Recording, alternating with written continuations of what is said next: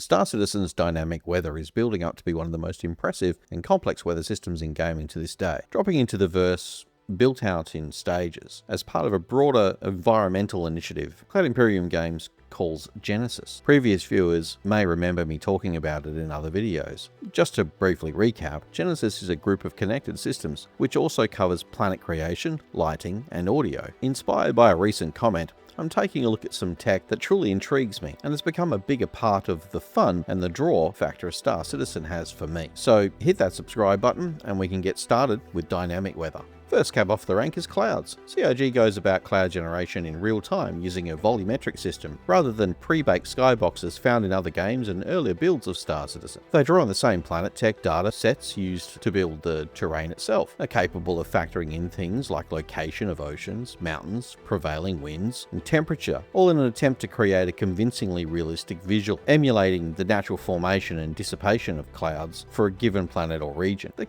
means cloud cover is meant to differ meaningfully by biome or planet, instead of looking the same everywhere. Alongside this, CIG built a new lighting model specifically for how light interacts with cloud volumes, a shading model that simulates light scattering multiple times within both clouds and the atmosphere, with enhanced occlusion that emphasizes light shafts piercing through cloud layers, resulting in some of the most breathtaking skies in games.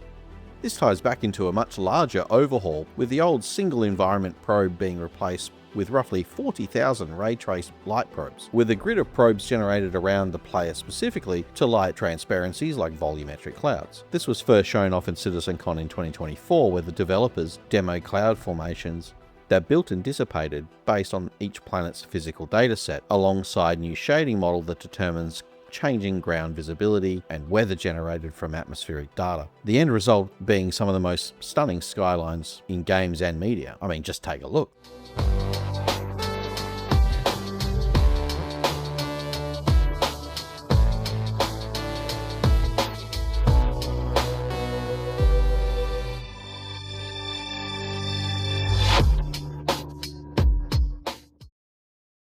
Clouds are great. Those fluffy buggers give us some incredible sunsets and a real sense of depth and scale on a previously empty skies above our heads. But this was all just the tip of the spear. In actuality, the visuals that we see as clouds are really just the obvious layer of a much deeper data-driven system. Planetech V5 feeds a shared Genesis data pool that includes temperature, humidity information, plus geology, soil type, soil depth, and nutrients, with additional data derived like sunlight exposure and slope aspect, all of which determines everything from terrain texturing to floral placement and weather behavior in those regions. Atmosphere also factors into sound. The new Star audio system takes pressure and temperature into account when calculating the speed of sound for any given environment, producing Doppler effects based on relative movement and distance between the sound source and the listener. So thunder, wind, and engine noise are meant to behave physically different depending on the atmosphere you're in, not just play a fixed sound clip. You can experience this in game right now with the new flyover audio. Great, I hear you say, but Gen 5 is still coming.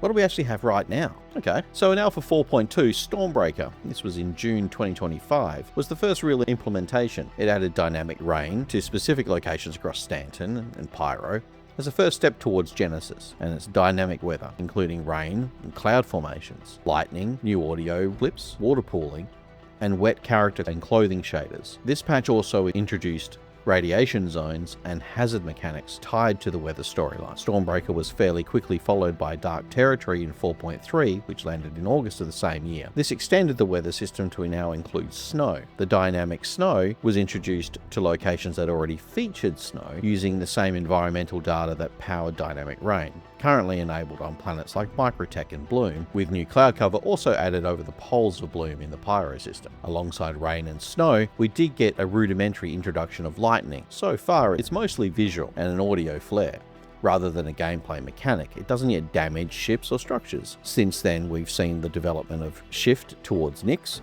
giving us more overhauls to the engineering and ship systems, but with Nyx's planet scheduled for later this year and Planetech version 5 being an integral part of that, truly dynamic and potentially dangerous weather is only around the corner. Okay, so what's still coming? What's the end goal look like for weather? The fuller vision, as pitched by the Star Citizen developers eventually for 1.0, is considerably more ambitious than what is live today.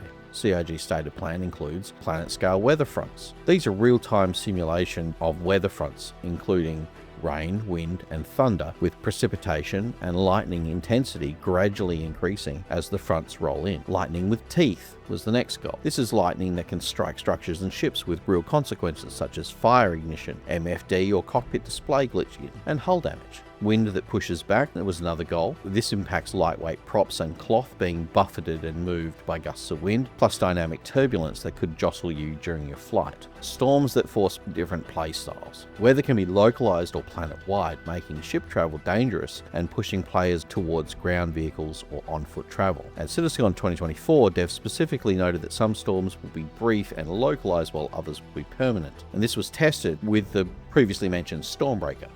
On top of that, the developers are working on a simulation tech for physical puddles and wet materials. This will give us real-time splashes and physics for puddles and rain properly soaking through hair, fabric and other materials rather than just surface wetness shaders as seen in most other games. With weather becoming a major part of the Versus planets, impacting the gear we wear, ships and vehicles, and the missions. The planet-side gameplay of Star Citizen is evolving to meet new standards to create a dynamic gameplay loop impacted by the worlds themselves. Now, if you're stuck around this far, I must be doing something right. So hit that like and the subscribe, and let me know what tech you're looking forward to getting your hands on. And I'll see you guys in the next video. Hooroo!